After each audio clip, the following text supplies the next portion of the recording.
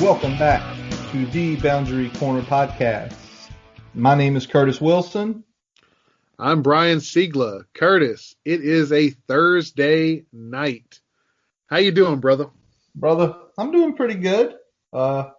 Just see your Lakers wrapping up a win here tonight over the Bucks. Yes, sir. Yes, sir. Hope you laid your money in FanDuel. Yeah, everybody, you can Virginia Sportsbook is open, ladies and gentlemen. It looks like all options are open. Seeing people post on Twitter tonight some random, first person to score in this game. Oh, this person's going to score 10 points by the 6th minute of the game. Like, what was the promotion when LeBron James plus 1 point? LeBron James or the Greek Freak Yeah. or plus 1 points. They were getting 2-1 odds. Bet 50 to win. Bet 50 to win 100. Yeah. So, clearly that was the old. They're hooking it out there because everybody knew they were going to win that one. Started betting on everything else. Yeah, they were like, we're going to get you guys, sunk in for at least some coin in this account, and our hopes are that you're going to keep spending money, and we'll get ours on the back end. Absolutely, and it's cool to have it. It took long enough. It's one of those things like anything that gets passed as a law, it just takes forever versus just let them open it. But obviously, like the marijuana bill that's going to not go into place until 2023. I mean, I've got no problem if you don't if we don't have like a shop on the corner in 4 months, but you can at least legalize the carrying of small amounts of marijuana and use of it in the short term, right? Yeah, sure. Let's be smart here. Let's not overthink this. Yeah, but all the laws are in place to manage it. Just port everything you have for alcohol into the marijuana side of things and call it a damn day. There you go. But yeah, it's good to have. I have not signed up yet, and I probably won't. Maybe I know I'll have friends and family. You got a baby coming around, man. You don't need that in your life right now. I don't need that in my life. You got enough coin that you're about to drop on stuff. You don't need to chance the exactly the money running away on the sports book there. Yeah, exactly. Because it would be like right now as we're recording, having a few drinks, watching basketball. I think Curry's going to get hot tonight. Let me put a $30 bet on this. $30 gone. Shit. So for me, I guess as COVID slowly starts to wind down with the vaccine going out and stuff like that, if you have it or friends have it, I'll just be like, hey, put 10 on that. Why are you doing it with cash? Because that's all I've got. Yeah. If I only give you this and I lose, I'm okay. I don't keep spending, keep making stupid also, bets. my wife don't know. Oh, yeah, I'll definitely tell you if I. Honey, what's FanDuel for $150? Nothing, honey, nothing. Well, folks, we've got a lot to get to tonight. What this episode primarily is on the back end is going to be us going through some of the class of 2021. Obviously, early signing period was in December, and 2 weeks from now, essentially, signing period will be over. That's when we'll be coming back and filling out the remaining of the class. But we've got a lot of news to get to since the last time we talked, which was back on National Championship. And the biggest just came down today. Reports by Josina Anderson are coming out that Daryl Tapp is being pursued by the San Francisco 49ers for an assistant defensive line role. Brian, I have more coin in this. I'm going to let you get your feelings first, and then I'm going to come back. Man, this sucks, and it sucks for reasons that are mostly not on the field. I feel like on the field, Tapp is a good asset, but we don't know his ceiling yet, and we feel like at this point, Tierlink is the bigger player on that front. But in terms of everything we're trying to get better at off the field, he was, if not the guy, one of the more important guys in that role, whether it's, former player alumni relations with the team, whether it's recruiting in state, in particular the 757. I mean, this was the guy that was supposed to clean up some of the things that we have struggled with mightily the last decade, if not the last 5 years. And now it's potential that he's going to be taking an NFL role, probably not making much more than he's making with us and having the same role on the team as he has with us. So that's a little bit of a kick in the teeth. And I mean, I'm going to say it. This is directly a result of not getting rid of Fuente and having a more or less lame duck coach, where a guy like Tapp that's up and coming, that's trying to keep a job, if someone comes calling, that's he's going to take that call at this point, because he doesn't know if next year is guaranteed. Absolutely. That is the biggest piece, is you have a lame duck coach that should have been fired the Monday after UVA, and he wasn't. And for Daryl's sake, does Daryl need money? No. Daryl made near $20 million in his NFL career. And us meeting Daryl, you having a quick conversation with him, I have a feeling Daryl invested his money really wisely. He's probably doubled or tripled what he made in the NFL, so he's not hurting for that. But clearly Daryl Tapp loves football. And he loves Virginia Tech, but it's that piece you just made. If he feels Justin Fuente is a lame duck, and if a mediocre to below mediocre season gets him fired, he's sitting without a job and having to scramble. Now, if you ask me if I wanted him in the Bay or the Bird, because I'm a 49ers fan, I want him in the Bird. But if he goes to the Bay, why wouldn't he? Chris Kasurk, our defensive line coach, was his defensive line coach in Detroit. Brian, you know the name Chris Kasurk. Chris Kasurk is a godfather of the wide 9 D-line. That dude knows what he's doing. He's coached for 12 years. There's been regimes where everybody gets fired but Chris Kasurk because his unit performed. D'Amico Ryan's our new defensive coordinator. He played with Daryl in Philly for a season. Relationship. Kyle Shanahan was the OC when Daryl was in the Redskins. It's one of those things, he has all these connections there. And then they get to tell him, you get to coach Joey Bosa. You get to coach Javon Kinlaw. You get to coach Solomon Thomas. You get to coach this really Kentavious Street, our Hambone's boy. You get to coach this really good defensive line that was battered and bruised and still excelled. You come here regardless what happens, you've got a job next year. And you're probably going to build your resume good enough to where you can get your own defensive line job, whether collegiately or in the pros. It sucks, to your point, that the guy who was going to build some inroads is in all likelihood gone. If something changes in the next 24 hours, which I can't see it happening, we're down a coach. Yep. You're down a huge personality. And you know what? I get this eerie feeling that the powers that be are going to say, you don't get an extra coach this year, so we're going to be coaching shorthanded. Which is kind of bullshit, because Jack's contract is not near what they were paying for Tracy Claeys, who we'll get to in a minute. Yeah. And that whole story. But also, obviously, we were paying Daryl some money here, so we're saying, you're going to essentially get a couple $100,000 back on Clay's deal, and another almost 200 on Tapp's deal, and you're not going to bring anyone else in to shore some of that up. Yeah, I mean that's going to be interesting. So since we're there, let's go ahead and talk about it, man. Tracy Claeys retired. Jesus, stepped down. He took what we said personally, and he left the coaching business. He ran him off. He did not like his F+, and he just took his ball and went home. You know what? I think with Tracy, and a lot of, and of course jokes are going to be made, but I think in reality, for the first time in probably about 15 years, he was a positional coach. No, I do not think he was on an island somewhere. For those who were tweeting that out last week. But Casey had been coaching since about 1993. He'd coached close to over 25 years. He's got his money.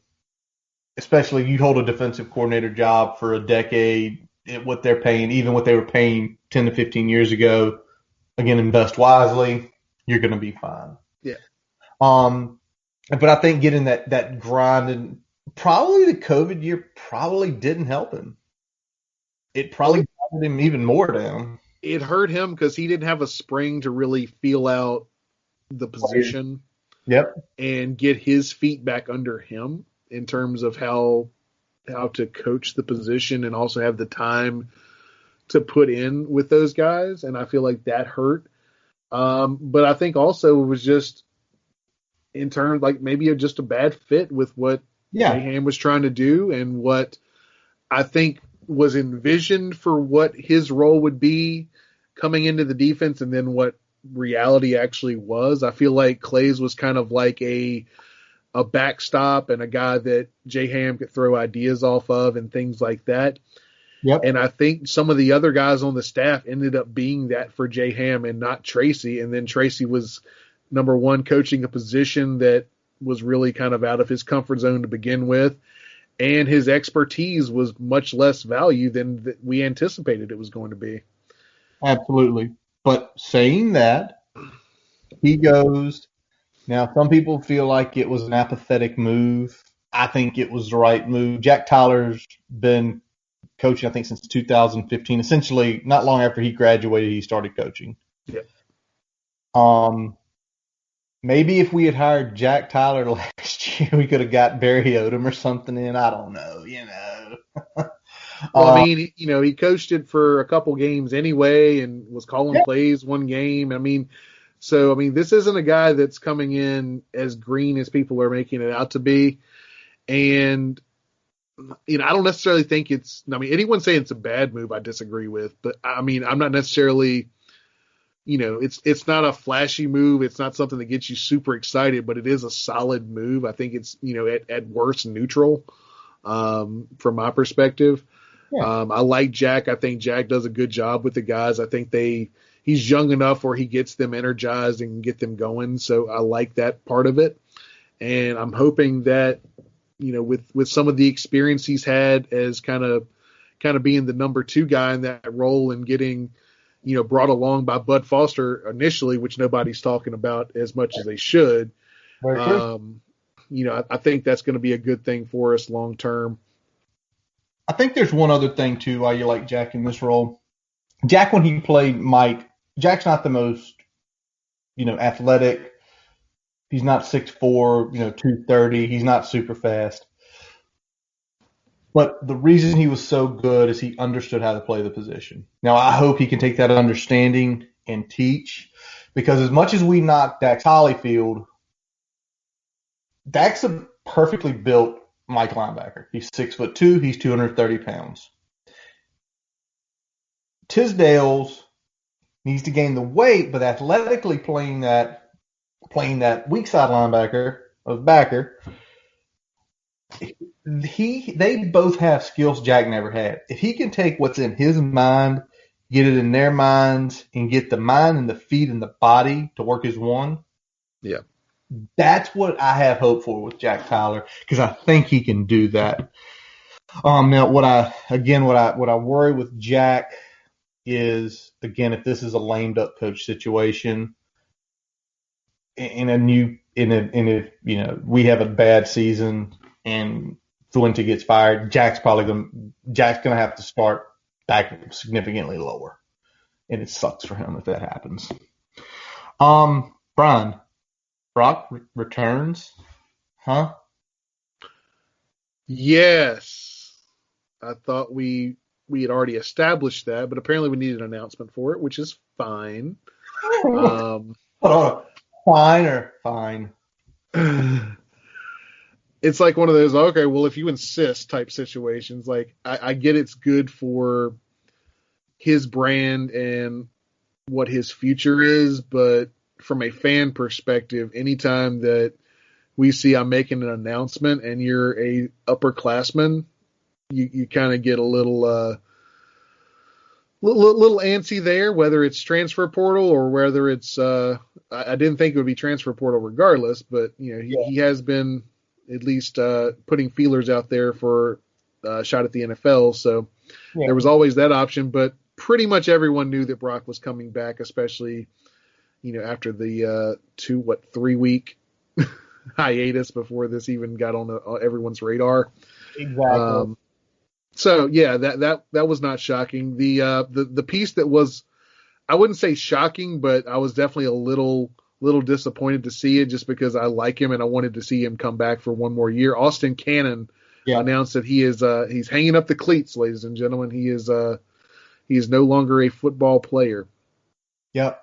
For Austin, the stuff that he went through early on in his career, if you've never read about, essentially he had suicidal tendencies, and he fought through that, and then he busted his ass and earned a scholarship, and then he busted his ass even more and cracked the 2 deep, and was essentially a very important part of the offensive line for the last couple of years. Yeah, heavy rotational guy both last year and this year, and just. Again, I was looking forward to 52 coming back. If y'all know me, 52 is my number. So always had some love for Austin Cannon there, and good for him for making that decision going forward. And hopefully he'll what's that? You have to be on the lookout for him. He's from Nashville. Yeah. So I'll keep my eyes peeled for some Austin Cannon sightings around the greater Mechanicsville area here, but good for him, and best of luck to him in his future. But where it does suck with that is now depth. The depth. We no longer have a proven interior guy to step in there. Yeah. A few weeks ago we felt okay because Brock's going to be back. If Brock needs to, he could play tackle. Austin could slip in, but now we've got 5. We've got Silas, we got Tenuta, we've got Johnny, we got Brock, we got Leticus. Anybody goes down, your next man up is looking like Caden Moore on the inside and probably Hanson on the outside, who have little to no experience. Yep. So Hanson's your swing guy that could probably play guard or tackle in a pinch. So that'll be interesting to see. He's going to be relied on heavily because pretty much anybody that goes down that's not a center, he's coming in. I would imagine, unless some other guys have come along a little bit more than we anticipated here between learning in this past season on the scout team and things like that, and whatever they pick up in the spring. Yeah. All right.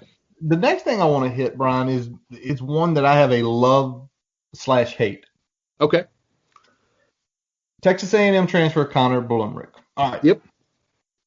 Can I tell you what I love? Tell me what you love, man. Well, he's 6'5", he's about 220. He's played multiple positions. Looks like he was a pretty big part of their special teams because he did a little bit of everything. I love that.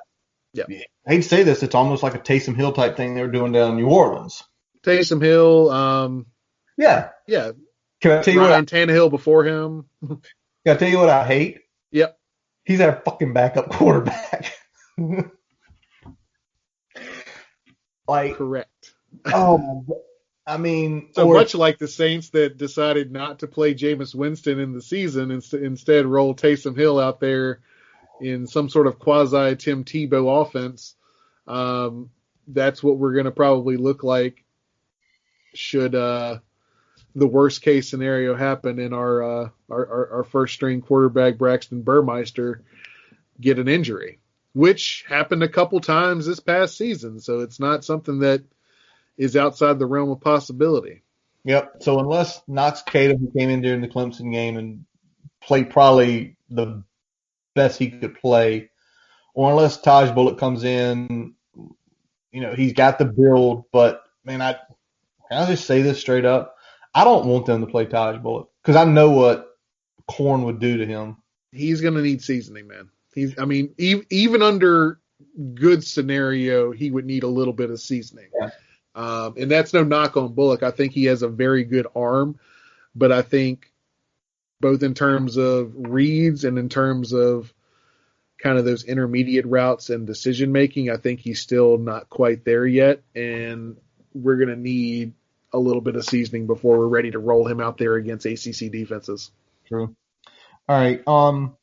One more that was in the portal that landed somewhere. Local guy here to us in the RVA area, T.A. Jackson, who's out of Cumberland County.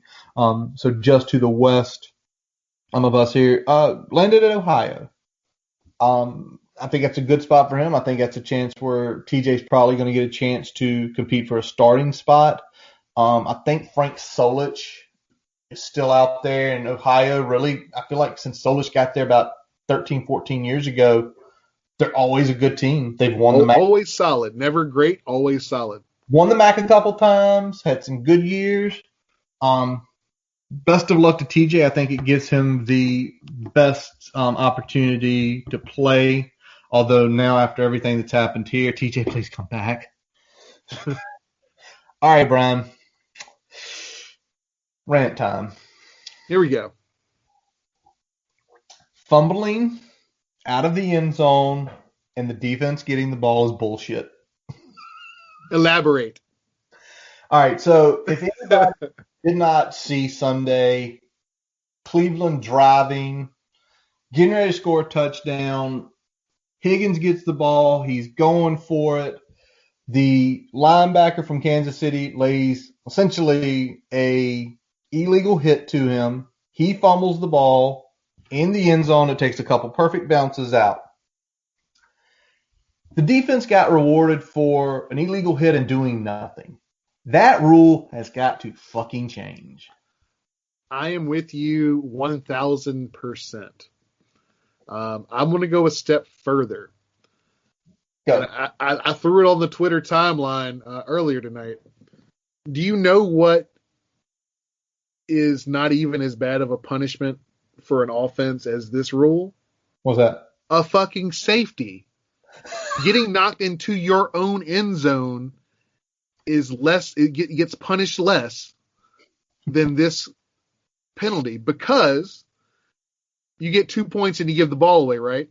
Yeah, you give up. You're in field goal range in this case. So you're giving away 3 points at least, and you're giving them the ball at the 20. So a safety is less punishment than fumbling the as you're going in to score. It makes sense. Now, we have our own variety here of what should happen. I'm going to go with mine first because mine's a little different than yours. Mine is if you were to fumble the ball out of the end zone, no one recovers. I think you take it back to the line of scrimmage, loss of down, go to the next down. Because in some way, unless you just let it go, the defense did do something. So if you were at the 40 and they did something, I don't think you should be able to gain by making a mistake, but I don't think you should get the ultimate sacrifice of, the other team gets the ball, even though they did little to nothing to, get it. Yours is different, though. Yes. I am going to essentially throw an olive branch to whoever the fuck out there actually likes this rule. And I'll say, okay, well, you say there's too many rules out there that favor the offense. We need something that actually hurts the offense here. Okay, fine. If you fumble the ball into the end zone and it goes out of bounds, you lose your down, and you also have to spot the ball at, let's say the 15 or the 20-yard line. Something that still makes the offense have to earn the next play, that they're not set up for, where they can run the ball up the gut for a touchdown or something like that just to take advantage of the previous play. So I think that would give a little bit of equity there without being like, you fumbled, you got to give them the ball now. The fuck? They did nothing. They didn't even recover it. It just went out of the end zone. So we hate that rule. Although, certain coaches teach not to extend the ball when you get down there. Belichick's the most noted. Clearly, our coaching staff teaches that as well. See Clemson. Yeah. Blackshear running shoulder first into the line there. Because 2 weeks earlier, they benched a guy for extending the ball and losing it. Yep. All right. Well, let's move on to our primary topics of the day, folks. We're going to take a look at some of the 2021 recruiting class. Tonight, we're going to be looking at all of the early enrollees along with a few of the other selected guys. A couple weeks from now, just in case we add any additional players, we're going to hit the rest of them. Now, top end, I want to just go ahead and hit this. Currently, we are the 43rd ranked class in the country. It is up from last year, 10th in the ACC. It's not great. There are some good players in here that I think, Brian, you've kind of felt this way the whole time. There are certain guys that we discussed tonight and in a couple weeks that if they had played normal seasons, they probably would have got significant bumps and probably helped where we're rated, but it is what it is. I think also if you would have put any of these guys in a class with maybe 1 or 2 4-stars, then you're talking about a class that you can really kind of hang your hat on a little bit. Even if it's not where we want to be, it's at least where we have been consistently and historically. So it's at least maintaining some of our better region of recruiting, even if it's not necessarily exceeding and getting where we want to be. But right now we're treading water. We're treading water. We're not in the top 5 in the ACC like we're used to in terms of recruiting, but we're also not in the very bottom or the bottom 3 or 4 like we were in 2020. I know some of that obviously was based on size of the class, but that's the rankings are the rankings. We can't change that, so that's what it was. But we had 10 guys that enrolled early, enrolled in January. So we're gonna hit those guys today and kind of talk about them a little bit. And then we got 5 guys that I've kind of I pulled out as kind of guys I think could be, or probably the higher profile players in the class that aren't already on campus. Exactly. All right. So what we're going to do is I'm going to introduce the player rating, all that stuff, and then I'm going to ask Brian 3 questions, and he's going to answer them. Questions are going to be the same throughout. All right. So let's start, Brian, with the easiest and most notable early enrollee. That's Jack Hollyfield, Dax's little brother. The 6'3", 225-pound Shelby High School, Shelby, North Carolina, listed tight end / inside linebacker. Apparently, we want him as a tight end, but that's no guarantee. 3-star, 87. Top 35 is rated as an inside linebacker. Offers from as well as Tech. He had some offers from Michigan, App State, Maryland. So, Brian, my first question that I'll ask each time is, what is going to be Jack Hollyfield's 2021 role on this team? I think he's going to be a really good scout team player. Wow, no special teams? I think he could see some special teams. I think just based on his athleticism, he might crack some special teams. But he's a good player. I think he brings versatility to the forefront, which we have really highlighted in our more recent classes, is trying to get players that excel at multiple positions and that we could potentially move around as needed to fill some of the roster holes, which is, if you're not going to stack your roster properly, it's good to have versatile players where you can fill in holes as needed. I'd prefer us do a better job of roster management and scouting and recruiting players to make sure that we don't have depth issues at certain positions. But, sometimes injuries and sometimes departures create those, but we've done a poor job of roster management in general. So I feel like versatile guys, especially like Jack, are going to be helpful there and on the special teams. So, yeah, probably a special teams role, but I don't think you see him getting very much playing time at a position, whether it's inside linebacker or tight end in 2021. All right. I'm not looking at 2022. I want to look a couple years down the road for these guys because by that time, that's when you expect them to be doing something big. What do you think his role is going to be in 2023? I think a lot of that is going to depend on what happens at linebacker this year and next year. Okay. Uh, So essentially, you're saying if we screw the pooch recruiting a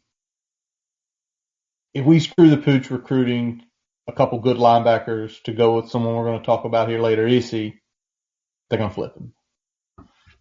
that's my feeling right now. I think more naturally he would fit in at tight end and what we like to do. I think he very much could have a Dalton Keene type role in the offense. Little more, I think, in terms of the passing game, could be a little more used than Dalton was, but kind of a do-it-all type, jack of all trades at the tight end position, if that comes to fruition. But I think if we don't do the right things at linebacker, I could see him playing defense. Got it. All right. What's his best attribute? And you can do it for tight end or linebacker. Yeah, so best attribute is probably going to be his versatility, but in terms of actual tool on the field, I feel like it's going to be his ability to move in space. Just watching his film, he seems very natural in terms of how he moves on the field. So I feel like that's going to do well for him, whether it ends up being inside linebacker for us or whether it ends up being tight end. Got it. All right. We'll roll on another Hokie brother combo we'll look at next. Jalen Stroman, the 6'1", 190-pound defensive back out of Patriot High School in Nokesville, Virginia. 3-star, 88, a top 50 safety, a top 15 player in the state of Virginia. Brian, obviously, we've been talking about safety depth for the last few weeks here. What do you see as Jalen's potential role on the 2021 team? Here's a guy out the gate. I think he's going to have a big impact on special teams. I think he's going to see some time, probably on at least one special team grouping, if not a couple. He does a really good job of tackling, so I'm hoping that we see him on, some punt return, maybe some punt and maybe some kick return. So we'll hopefully see him out there on the field in that role. We could see him as at the safety position, maybe at Rover. Does he have a chance for 2 deep? If like everything went perfect for him, he comes in and he gains perfect, maybe 2 deep, but I could at least see him as being maybe a late game rotational player, somebody that we're in year one just trying to get on the field in garbage time, whether it's us winning or somebody else winning, just getting him some snaps out there against live competition. I think that's going to be what we see. So maybe not someone you would call a role player, but definitely, potential contributor out the gate. All right. 2023 role. 2023 role, I think he's definitely at least in the 2 deep, if not the starter at Rover. All right. Easy enough there. What's Jalen's best attribute when you look through this tape and look back at your notes on him?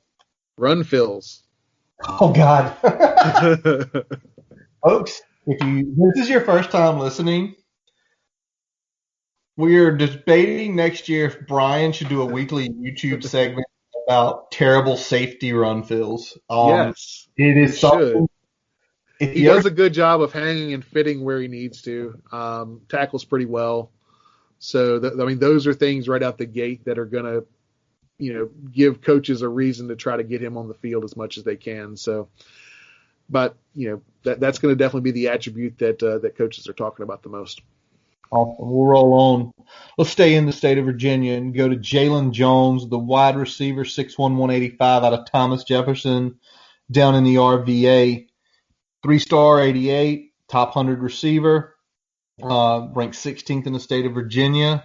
Didn't get to play this year, which I hate for him, especially what they were doing down at TJ. That guy was really building it, and Jalen was just balling. Yep.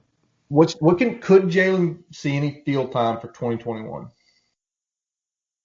A lot of that's going to depend on what guys on our roster step up. Transfer out like Evan Fayers did. Yeah. Yeah. I mean, so we've got, a couple guys that came in last class that, had their red shirt year. I'm using air quotes here because it didn't really count. Guys like Tyree might end up taking some steps and be a role player for us for 21. So if things like that happen, Payute comes back and is healthy and playing well, we may not see a whole lot of Jalen. But if a couple of those guys either don't take steps or not where they need to be or aren't healthy, I could potentially see in Jalen getting probably not any heavy snap count, but enough snap count to talk about. But more than likely, he's going to be a special team contributor in year one. I got you. Kind of going back to when we were discussing him this summer when he committed, 2023 role, is he going to be the Y?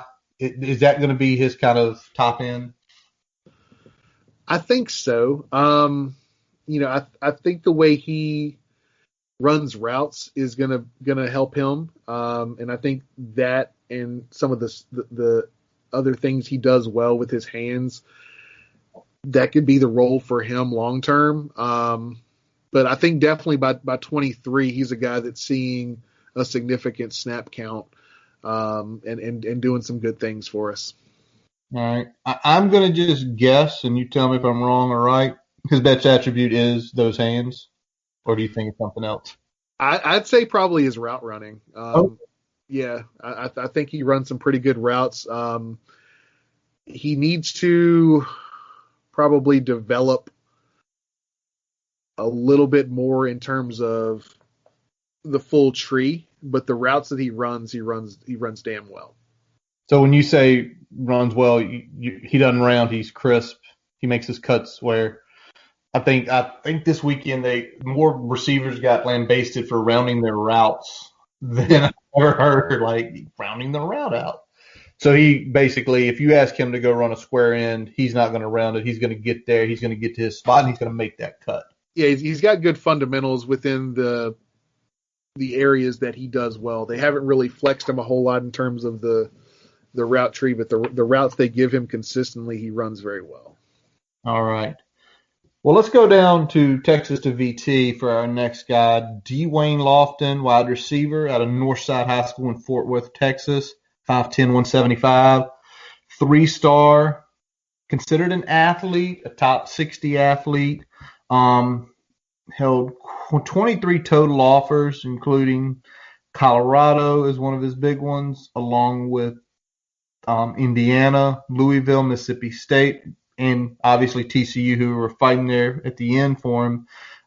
He was All-State Texas 5A, and he was essentially his district's player of the year. Where do you see Dwayne Lofton fitting into the 2021 Hokies? That's the one that I've been struggling with a little bit, because I feel like if we're going to see a receiver kind of pop and get a significant snap count in year one, this might be the guy. But it's going to be a lot of different factors that play in there. So in terms of comfort with that statement, I feel more comfortable saying, much like Jalen Jones, going to be a heavy special teams contributor before I would say he's going to necessarily crack the 3 deep at wide receiver. But with that all being said, there's potential for him to, like I said, with Jalen, if there's a couple areas where folks aren't quite there, he could sneak in there. I mean, he's another guy that's versatile. I mean, they did line him up, in the backfield sometimes, in that offense, so he can do a little bit of everything.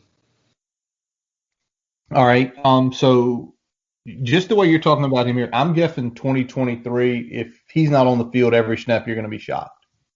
Yeah, he's definitely a guy that's going to have to be one of those folks that takes some big steps for us and gets on the field. I'm hoping at least playing in the slot, if not outside, for us by the time 2023 rolls around, because he's got a lot of talent, good hands, high pointing the ball, catching on the run, making big plays with the ball in his hands. So if he's not doing similar to what maybe a Tavion Robinson is doing now by 2023, then we've probably dropped the ball there. All right. You've mentioned a lot of his skill sets. What do you think is the best of those attributes? Other than his versatility and being able to line up really at any receiver position and in the backfield, he's got good hands and high points the ball well when he's got tight coverage on him. So I think those attributes will play well just because that means he can truly do a lot of different things. He's not taken out just because you've got a man, running stride for stride with him. All right. All right. Let's move back over to the Mid Atlantic and let's take a look at Mike Johnson, the athlete out of West Florence in Florence, South Carolina, 5'11", 180 pounds, 3-star, 86 by 247. Held offers from Louisville, Mississippi State, NC State as well. I guess 2021, where do you, I mean, since he's considered an athlete, where do you see him probably finding his footing at as much as getting on a chance to get on the field? That's a really good question. I could see him maybe eventually slotting in as kind of a nickel corner type role for us, if not there. Potentially moving out to boundary safety rover. But I think hopefully nickel corner is where he's going to find his footing. 5'11", 180 probably still needs a little bit more size for that role. But hopefully long term he will be able to grow into that and become that for us. But initially out the gate, probably scout team to special teams contributor for Nike in 2021. All right. So you kind of laid it out there that you kind of see him as in between maybe a safety or a nickel type position. I mean, do you see him being a starter in 2023, or is going to be more depth than anything? I think he's going to be depth by then. A lot of it's going to depend on the development factor there, and if he's able to put the weight on, keep the speed, and kind of learn the system and climb the ladder there. But I definitely see him as a potential contributor by 2023, but I don't think we're going to crack the starting lineup unless either he projects higher than we anticipate or something goes horrendously wrong in terms of our handling of the roster. Oh, the way everything's went lately, that could happen. So I'm not going to hold my breath on it. We're not knocking Nike here. That's not your average recruit in a given class is going to have this type of grade. So no knock here at all. Attribute for him? There's not a ton of tape out there for him. So looking at some of the things I did find, I think he does a good job tackling, which is the big thing that I saw from him that I think will translate well. I didn't give a whole lot of tape to see from him, mostly just like little clips here and there that I was able to find. But what I found that seemed to be the thing that stood out for me in terms of being able to tackle for a player his size. All right. All right, let's roll along and let's go up to Jersey. Take a look at Jalen Hoyle, the 3-star out of Dwight Morrow High School in Englewood, New Jersey, listed as a 6', 180 safety. Guy who also held offers from West Virginia and Georgia Tech. Where do you see him landing in 2021, Brian? I think much like some of the other guys we've talked about, this is going to be scout team to a fringe special teams role. I think the fact that he's playing safety and then projected to play safety may end up maybe fast tracking him a little bit more at potentially that boundary safety position or free safety, depending on how that matchup goes. But in terms of 2021, I just think because of some of the other guys we're bringing in the transfer portal and where I think Stroman is in terms of a guy that's coming in, I think he's probably behind him at the safety position. So probably not quite cracking that in any sort of role that would give him significant snaps in 2021. All right. So 2023 depth. I mean, based off what you're seeing now and other people, I mean, is 2023 his best 2 deep? Yeah, because I think he has more potential to play the free safety role than Stroman, so I think he might end up sliding in there. He does a good job of tracking the ball when it's in the air and making some big hits at the point of the catch, which kind of goes into your next question. What's his best attribute? That's what he does the best. Sorry, not trying to bury the lead here, but no, that's what you call it. Beautiful ball. And clearly Brian has discussed what his best attribute is, folks, right there. So we may move on to our next quote, which is from the 757 Isi Etute out of Cox High School down in Virginia Beach, 6'3", 205 inside linebacker, 3-star, 84 rating. Isi had a total of 12 offers, all around. Looked at NC State, Vandy, UVA, Wake Forest, and West Virginia. Also had some peaking interest from Wisconsin. I immediately see 6'3", 205. I mean, unless he has gained a ton of weight since the last time he was weighed, or he can gain a ton of weight. I mean, I'm assuming not even cracking the 2 deep, right? Not year one, no. Definitely not year one. I think he got the potential to be a special teams contributor. Obviously, heavy scout team role for him. I think our 2 deep is going to be pretty solid unless he comes in and just completely knocks the socks off of folks and does some things that we're not seeing out the gate or seeing based on his size there. But who knows? But I think more than likely it's going to be a special teams role and a heavy scout team rotation for EC there. All right. I'm taking a look at this and kind of knowing the depth chart about linebacker, because it's one of those, having rookie Jackson, all these guys. 2 years from now, he needs to be 2023. He needs to be our backup Mike Kishon, right? Needs to be. Like, if he does it, we are in deep shit depth wise at linebacker. Yeah, absolutely. Yeah, he needs to be the guy, at least in one of the linebacker roles, but preferably the inside linebacker role. Hopefully he's somewhere around 225, 230. Yeah. 6'3" frame. Great frame. Great. Yeah. And he moves well sideline to sideline, so that's going to be the thing that I see out the gate that he's going to do well. So that's definitely his best attribute, is the ability to kind of move sideline to sideline. So he runs pretty well. I'm hoping that he can get some more size on him so he's able to take on those guards and centers and double teams that he's going to get at that inside position. All right, Brian. You almost said it there. I feel like just the way he's built, do you think that's his best attribute, or is it stuff you've seen on the field? Yeah, definitely his ability to kind of run sideline to sideline, which is going to be necessary, I think, in kind of what we're doing now, in terms of the scheme that J-Ham has. So hopefully that's going to translate. And like I said, hopefully he gets enough size in there where he's not going to be neutralized at the point of attack. All right. Obviously coming down from 7'5", he's definitely played some good competition, but as always, it's going to be a step up as you get into the collegiate level. All right, Brian, next person I want to look at is sort of an under-the-radar guy. Only other offer he had was from Charlotte that we kind of know of. Jared Gibble, 6'4", 225 tight end out of Oak Grove High School down in the 336 Winston-Salem. Low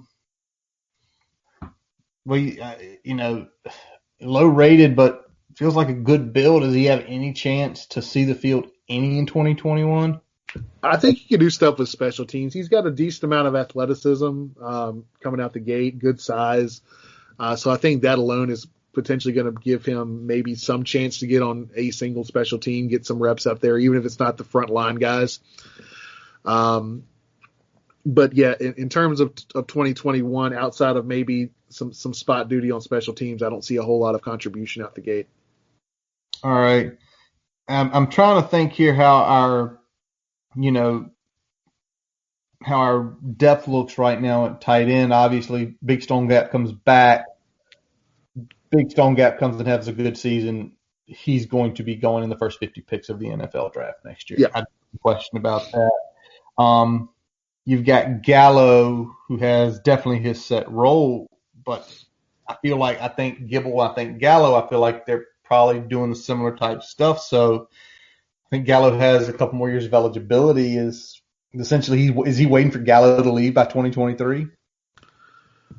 Yeah, that's probably his chance of having a significant role in the team is having Gallo out by 2023. He'll probably crack the two deep at that point, and I think that's going to be good for him. He's not a guy that we recruited as to be a guy that's going to be frontline talent at the position. So hopefully there's somebody else in the pipeline that we're bringing in to kind of backfill as well. We're hoping Jack gets to play tight end. Yes. That is the hope. But if not, so this is kind of an insurance policy on that, and hoping that, we get some solid talent from somewhere else that fill out the three deep rotation that we tend to go to for most of these guys. So usually we have three tight ends that are heavy contributors for us, even if they're not necessarily getting targets in the passing game. Yeah, and Nick Gallo is a redshirt sophomore this year, so he technically has 3 years. He'd be a redshirt senior in 2023.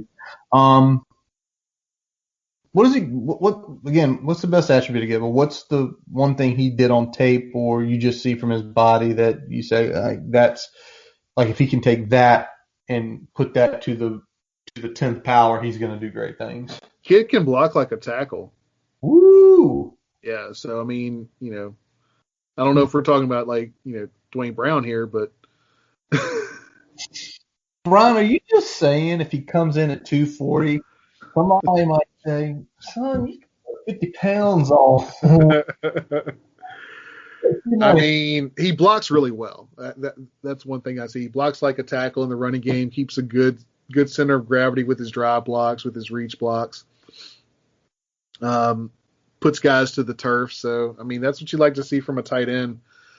So that might be the thing that gets him on the field in 2023, even if he's not one of those first or second line guys. There's going to be packages where we have multiple tight ends out there, and if we're running the ball, he might be one of those guys. Awesome. All right, let's move on to the guy who came the furthest to be on campus. And to me, it's amazing he got early enrolled. It's amazing he's on campus. Yeah, all things considered with COVID, the fact he's there is... He's a winner. Yeah. Joe Militek, the German, the 6'3", 290-pound, 3-star guard out of Germany. The one thing, Brian, you said immediately to me when you saw that pick online was his size. He really is 290. I mean, I'm going to assume that 2021 he's not, I don't know, as bad as we are at guard depth right now. I mean, we're not – I'd say we're hurting more at tackle than we are at guard just because I think Hansen probably is more naturally fit at guard even though he can play tackle. That's why I would have preferred – of the two losses, I feel like the Nestor loss is worse because Nestor could play both, but probably could play tackle even better than he was playing at guard, especially long term with some of the areas we have need wise. But the thing I like, I don't necessarily know that there's a role for him on this team in 2021. So he's, again, I think at this point I'm happy that he's here and I'm happy that he's going to be additional depth in a just in case scenario. But oh God, I'm hoping we don't get to that. Oh man. Now, Brian, obviously he was brought to us by Paul Alexander, longtime NFL O-line coach, who essentially you feel like he's just getting paid by people to go overseas to countries and, hey, find kids playing football. Could he crack too deep 2 years from now? What you see on? There's potential. I mean, he's definitely a guard. There's no moving him to tackle, none of that. Just looking at his footwork, his frame, and the way some of the tape, he's definitely a guard. He plays like a guard. His pass pro and his step and his set are very guard-like. I don't think he has the set and speed to play a tackle at the Power 5 level. But can be perfectly good as a guard at this level because he can move laterally in a pull scenario, but just getting out of his stance and the kick that he would need in that set is just not quite there for a tackle. But I could see him being 2 deep in 2023, maybe 3 deep. I don't necessarily think he's a guy that's going to be a frontline player for us unless something changes. But good depth, good guy that you can maybe plug in a need scenario. I hear you.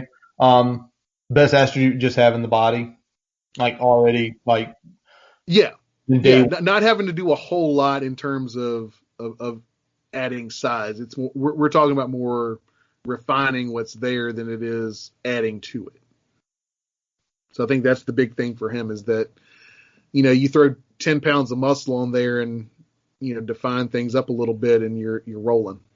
All right. Let's take a look next at Deshaun Elder, the safety, safety out of Fork Union, 6'1", 200 pounds, no real rating. But I see that build, and I'm automatically thinking with a year at Fork Union, even though probably didn't get to play this year, just getting that development probably makes him a guy who could jump special teams day one. Yeah, you might see him special teams day one. I don't know if you're going to see him in a role where he would lose a red shirt over getting him on the field. Okay. But again, he's at another position where we need some depth. So there's always a outside chance, just like this year with, Keontae Jenkins having to get in there on a significant amount of games and snaps for us when he was healthy. But I don't think that's going to be the situation for us this year, even with some of the depth issues. I think he's going to definitely be kind of a redshirt type player, potential seeing some special teams roles, even if it's only, a set number of games, so he can still keep that red shirt on him. But long term, I think might look a little better. We'll see. All right. 2023, obviously we've mentioned quite a few safeties in this class. What do you feel? I mean, his best case scenario, 2 deep? Probably best case scenario, 2 deep. Yeah. I mean, I think he could play the free, maybe a little bit better than he would play the boundary safety or the rover, but he's got good ball skills. Just looking at some of his tape, he does a good job of getting to where the ball is. And when he gets interceptions, he does a good job of having some vision to take those back. So he takes a good play and makes it a great play. So that's something that, as Hokie fans, we like to see because we love seeing those defensive touchdowns. Let's go ahead and write this down. Attribute: when he makes the plays, he makes it big. Yep. So we'll move on to our next guy. Now, that is all 10 of the guys that have enrolled. They are on campus. They are taking classes. They are doing the weight program. The next few guys are some of our higher end guys that I think, Brian, probably one of the biggest reasons you pulled them is they potentially have a chance to make more impact year one. Let's start highest rated guy in the class, DJ Harvey, the 5'11", 165-pound corner out of Sierra Canyon in Chatsworth, California, 4-star, 20-plus offers, including Arizona State, Auburn, LSU, Nebraska, Notre Dame. Brian, for DJ Harvey, 2021, can he see the field in a significant role? I think yes, and there's several reasons I'm going to say this. I'm going to start with the first one. Punt returner and kick returner. Some bitch can do it. What do we struggle with a lot this season? Punt more than kick, but punt more than kick. And we had probably one of the better, but we lost one of those guys to the draft now. But one of our better kick return years, but now we don't have Herbert anymore. This guy returns punts, returns kicks, plays wide receiver at a borderline Power 5 level, and is a definite Power 5 cornerback. So the versatility and the ability to play special teams out the gate is going to mean he's going to have a chance to get on the field. All right. I think he would probably have more of a chance in a special teams role, or potentially even cracking the 2 or 3 deep at the cornerback spot, but potentially seeing some snaps on the offensive side just to mix things up. He's definitely a cornerback meeting room guy. He's not a guy that's going to be sitting in on wide receiver meetings or anything like that. But definitely the potential there if you wanted to use him as a gadget or a trick play every now and then. All right. 2023, should he be a starter? If he's not a starter, then we probably got a bad evaluation on this guy, but I don't think that's the case. I really like his tape. Like I said, I like his versatility. He is a athlete with a capital A, and he's a playmaker with a capital P. All right. What's the attribute that you saw in those tapes that just jumped out that said this is why he can get on the field early, but by 2023 he can be playing potentially the boundary corner type position? Ball hawk and the ability to recover when he gets a bad read. I love that. I love the second more than the first, because when you hear ability to recover, it means you don't have to be perfect. And how many times have we seen, especially the last few years, corners aren't perfect, get beat, game over, versus we go back to our younger days with guys like D. Hall, Flowers, Kendall Fuller, Brandon Faison. They got beat, but when they recovered, that hand got in there and they tipped it. Yep. I'm sure for you, Brian, coaching and seeing, and especially on offense, like, oh, he beat the guy, he recovered and he tipped it. It's like deflating. Exactly, man. And that's what I like the most about him, is that he's not a guy that just because he loses a step or he, rotated his hips a little bit too late or too early, he's going to give up on the play. I mean, he's still going to try to get there. Got the speed to recover, got the ability to know, I missed here, but I see what he's doing now. He gets to the spot he needs to get to, and has those skills to really still make the play even when he's not, in position in the first 5-10 yards of the route. Yeah.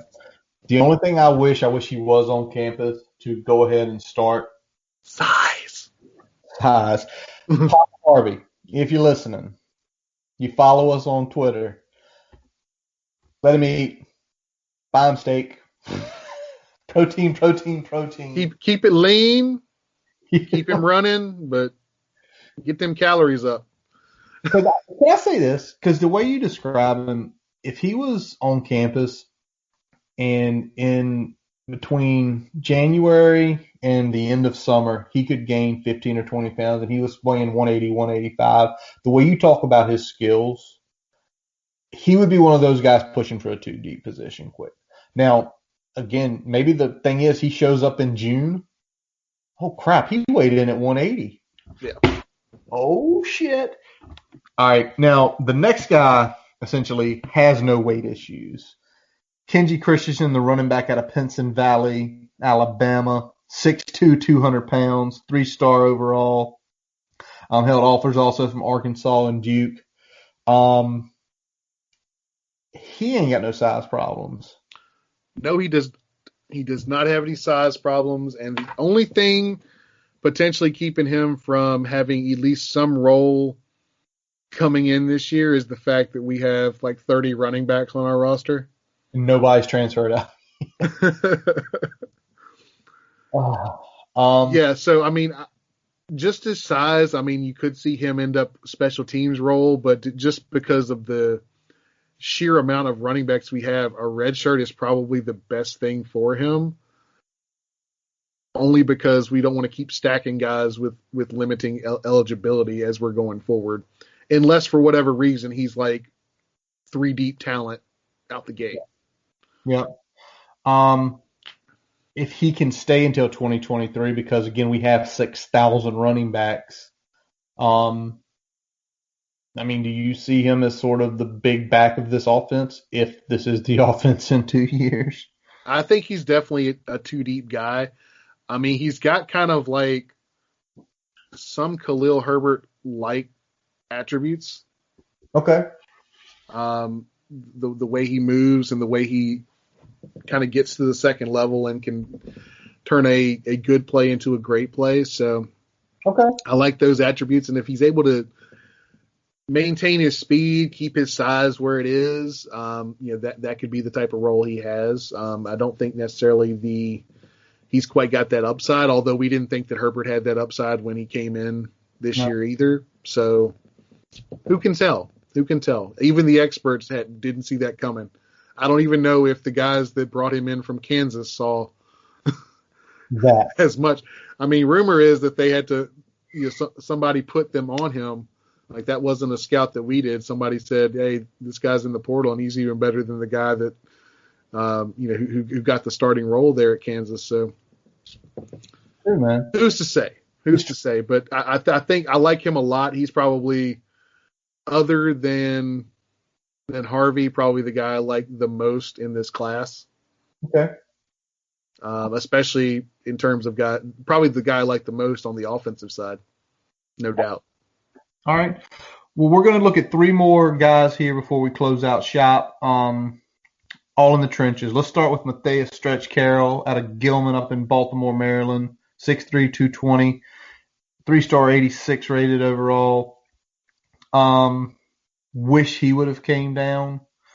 But, again, it's a crazy year and you don't know how many guys they can take in. But after seeing Robert Wooten get a lot of play, does he have a chance to get rotational, especially with the way Bill Terrellnick likes to rotate his guys?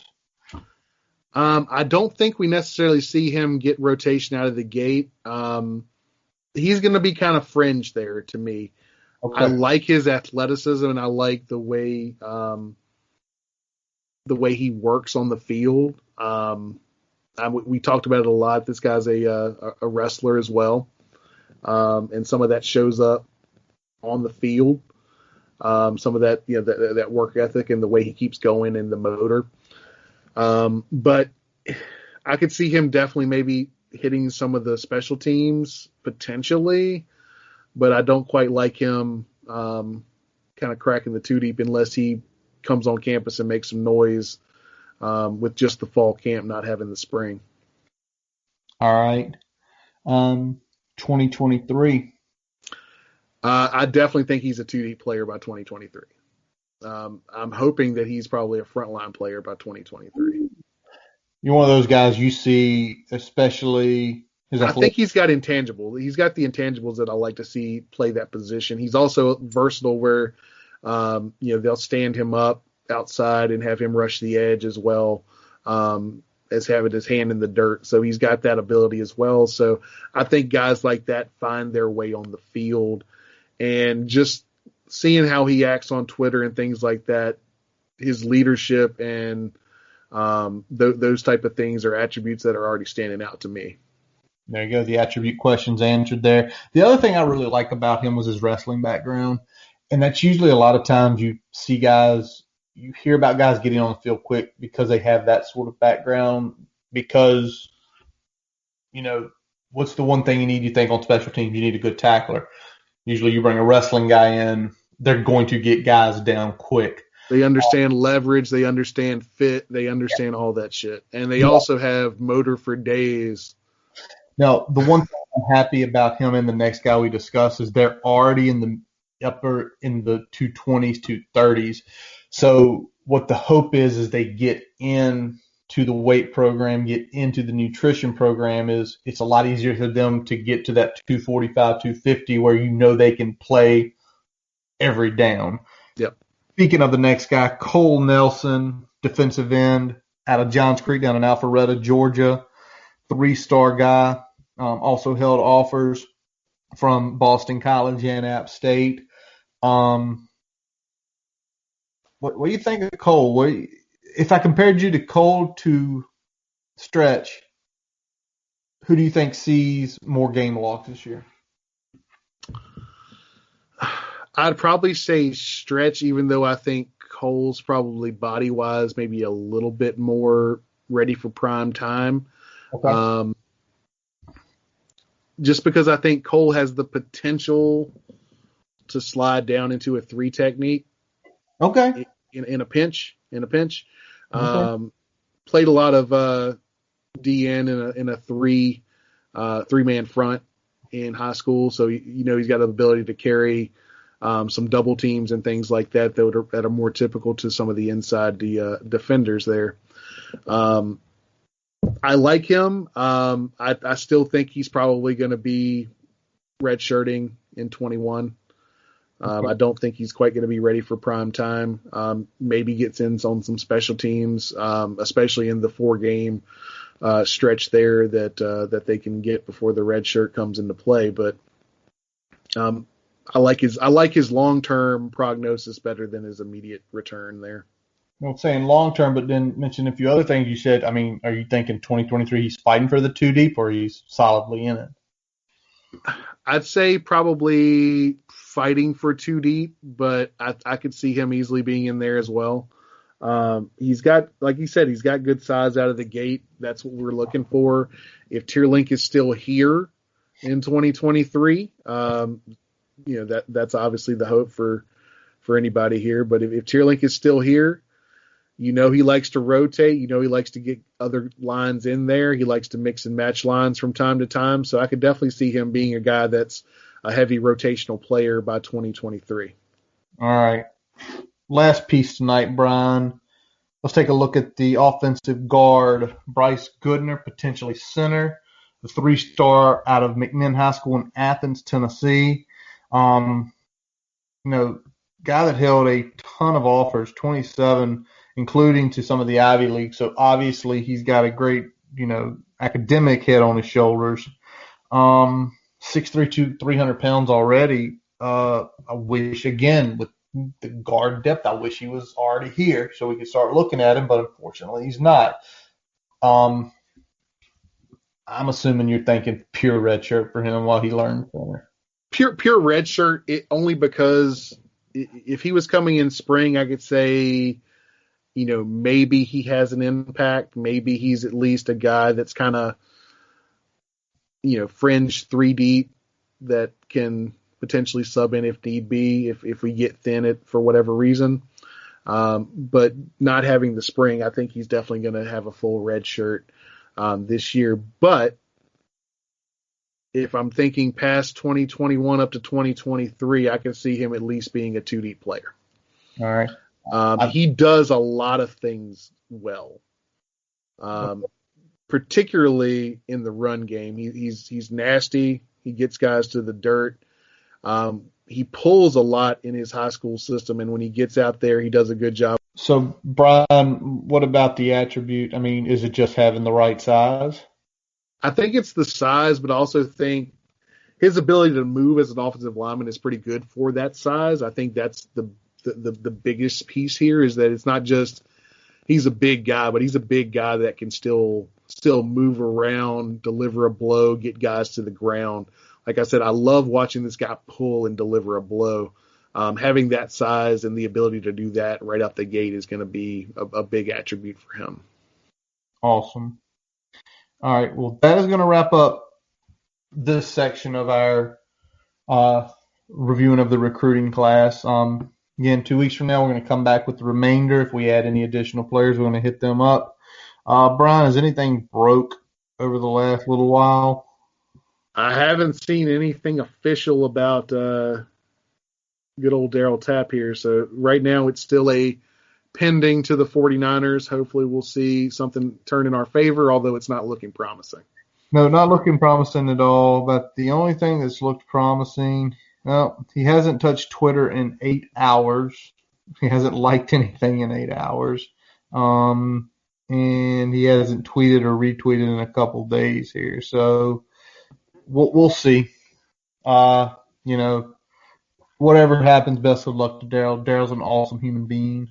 We want nothing but the best for him. So, yeah. All right. Well, that's going to wrap up this episode of the Boundary Corner podcast.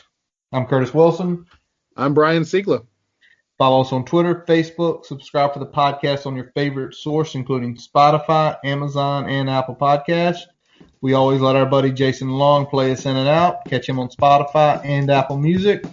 We thank you for listening. And as always, let's go. Hokies.